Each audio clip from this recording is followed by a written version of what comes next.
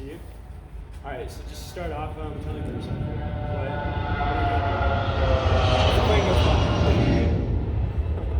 What do you want to know? Like what got you into being a pilot? Like why did you become a pilot? Yeah, honestly, I was 5 years old and I watched Top Gun. No, my dad flew, my grandpa flew, uncles all flew. Not all in the military. A lot of them just civilian aviation, and that's kind of what got me started. Didn't really know I could get into it at the military level until I went to college and started asking around. And so I ended up doing a 2-year ROTC program halfway through college, and then went straight to pilot training and flew the next 12 years in the Air Force. Awesome. And then worked on my pilot's license in college. I was able to have an FBO or a fixed based operator there that had pretty cheap instruction, and so I was able to fly 2 minutes from school. Sweet. All right.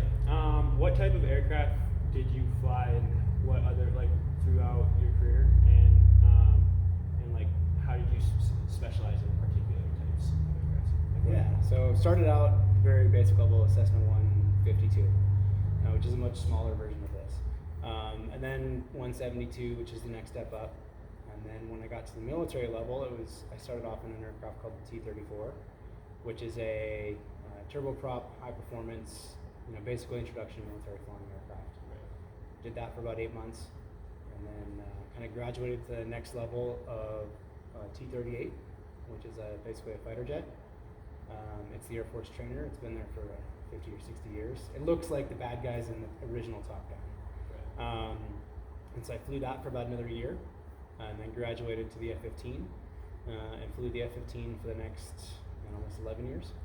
So about a year in formal training, another 10 years, so 3 operational assignments in the F-15, and that was kind of like my specialty aircraft.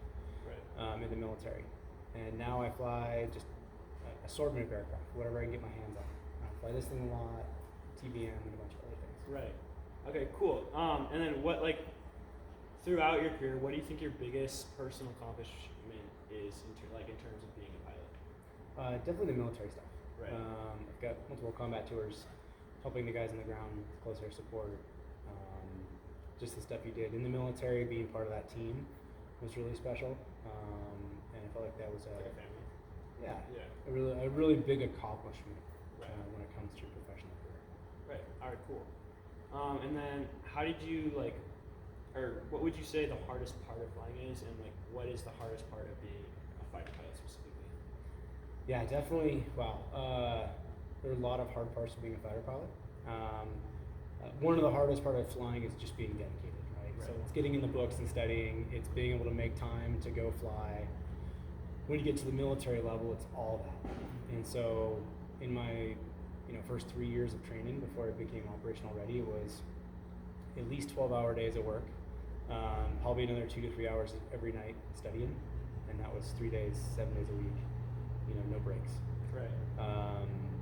And then once you get there, again, it's a constant battle and a constant fight, and there's so much stuff to learn and so much stuff to remember, so much stuff to practice that it's overwhelming. It's like drinking from a fire hose, But and if you look at pilots, they're never satisfied, right? There's never I'm complacent, I'm good. It's always, you're always learning something new, and if you have that attitude, cool. Okay. What were some of the most challenging situations you faced as a pilot, and how did you overcome them?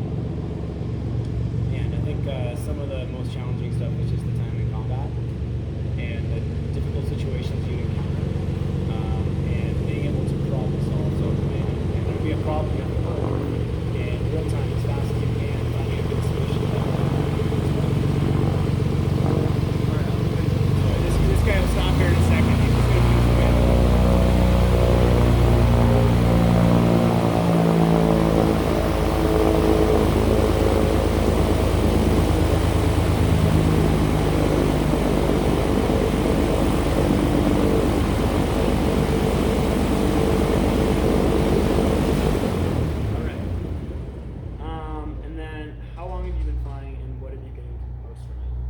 I've been flying almost 22 years now, maybe a little more, so maybe it's more like 23. One, in the military, my time, I gained a ton of great friends. The experiences, the friends, the traveling the world, the things you get to do are, top level. here locally now, I get to fly, get a part of the aviation community, which is a ton of great people in it. I get to take my family places, and so last year I took my son to Disneyland on the plane. Took him over to see his cousins in Seattle, and so that's one of the benefits of flying. But beyond that, it's more of just you challenge yourself. Every time you go fly, you challenge yourself to be a better pilot. Right. And I think that keeps you active, and keeps you focused on something, and keeps you grounded. Right. Cool. Awesome. And then, out of all aircrafts, what would you say? What aircraft would you say you're the most familiar with? Oh man, right now it's probably this or a TBM, but I've got more hours than anything else in F-15. Right. Obviously. So I've got 2,600 hours, or almost as many flights in one aircraft, and you become really familiar. But being out of it for 10 years, it can take me some time to get back into it. Right. Yeah, no, I get that.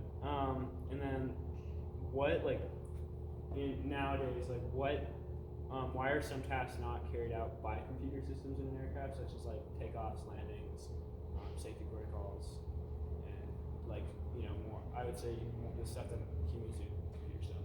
Yeah. So automation is great in aircraft. It can also be overwhelming.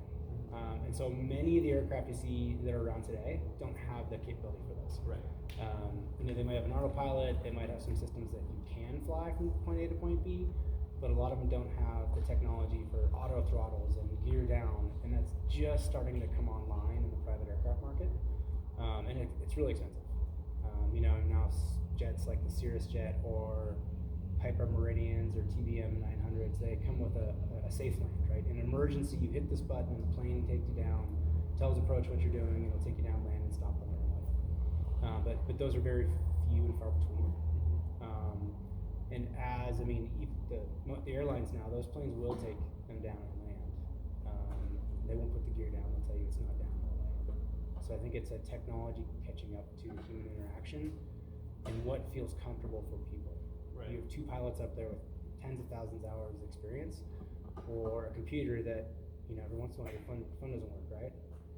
It stops scrolling and you gotta turn it off and turn it on. Yeah. Well, if there was no pilots on the aircraft and that happened, that could, be disastrous. Right. It could cause a bunch of fatalities or. Yeah. So while technology can do it, I just don't think us as humans are ready for it. But I do think over time we will. All right. Well, thank you. And then, what is the scariest situation you've been in flying? Oh man, lots. But I think there's some scary situations. And maybe it wasn't as scary for me, but it was really scary for the guys on the ground. Is flying the close air support missions in Afghanistan. Right. It'd be you fly a 4-hour mission, and it could be really relaxed, nothing going on. Then all of a sudden, it's 5 minutes of sheer terror, and you're listening on the radio, and guys are taking shots over the radio, and you can hear the bullets going off in the background, the guns and bombs. And that guy's trying to do whatever he can to make sure his guys come home safe, and therefore you can hear it in his voice on the radio, and so you step up and make sure they come home safe. Right. And so that's probably the scariest I've been, is doing that stuff. You look back and you're like, I wasn't scared. But in the moment, your heart is beating 160 beats per minute, and you were just going, oh man, and get back to that problem solving, right? You got to solve problems very fast. Right. Which is important. Yeah, and I, personally try and never put myself in a very scary situation in aircraft. I think proper planning and following the proper safety stuff that you learn in pilot training about not push a bad situation, don't get homeitis and try and come home through bad weather, don't take off with a bad aircraft, stuff like that will keep you safe. So. Interesting, thank you. And then when it comes to with the mission, how did you prepare for that mentally? What went through your mind when you were about to take off for something that could potentially, Yeah, I think one, the training is very good, and so the fact that they train you day in and day out to do that really prepares you for it. And so when you're in the moment, you're like, well, just get the mission done. So work with the team, work with everybody, and you go out and you do your job. And it's just like an athlete, playing football. They practice and practice and practice. When they go out there, it's game time, and they're going to do the same thing they did in practice. Right. And so that's what the military does too. So it really just comes down to training yourself. Absolutely. Awesome. And there's always things you can't prepare for, right. But you got the support, you got a whole squadron of people there to help you do it. So Right. Awesome. helps It's out. like family. Yeah. Awesome. And then, what do you think you gain most from flying? Like, what? I kind of asked this before, but like, what do you think today now would have you gained most? I mean, I'd say just say joy. Flying's fun, right? Challenging yourself every day to be able to pilot is fun. Being down here and taking care of your aircraft and working around it, being around the people in aviation. So I say, just joy of flying. Right. That's what I've gained most. Right. That's cool. All right. And then we kind of went over the training process, but it was really just like the training process was brutal because you're studying so much, right? Like it was just like, how did that look for you? Just like how did the training process look to become a pilot? It was good. It was tough to get there. Every step you're competing against all your peers, Right. and the better scores, the better you do, the more likely you are to get what you want. And I knew I was wanting to fly fighter jets, so I had to be at the top of my class. And so maybe it was a little extra drive for me to go in and work twice as hard as everybody else. Like I said, it was it's drinking from a fire hose, and that's in your off time, and then during the day you're usually either have an academic session or a test. You've got a simulator, and then you've got a flight, if not more. And so it's wearing, 12 hours a day, being there doing all that you're so immersed in it that that's all you think about. Right. Oh, I totally get that. And then based off like when you started flying compared to now, how do you think aviation technology has changed? How do you think it has evolved? I think I think technology in the construction methods is changing the game. So you look at new aircraft like Cirrus, and now they've got a couple thousand aircraft out, and they're kind of making general aviation, which was this thing that you had to have all this engineering background to fly, is taking it to a whole new level of bringing in just the basic consumer. Go get your license. Here's an aircraft you can fly. It's got a parachute. It's easy to get the systems right.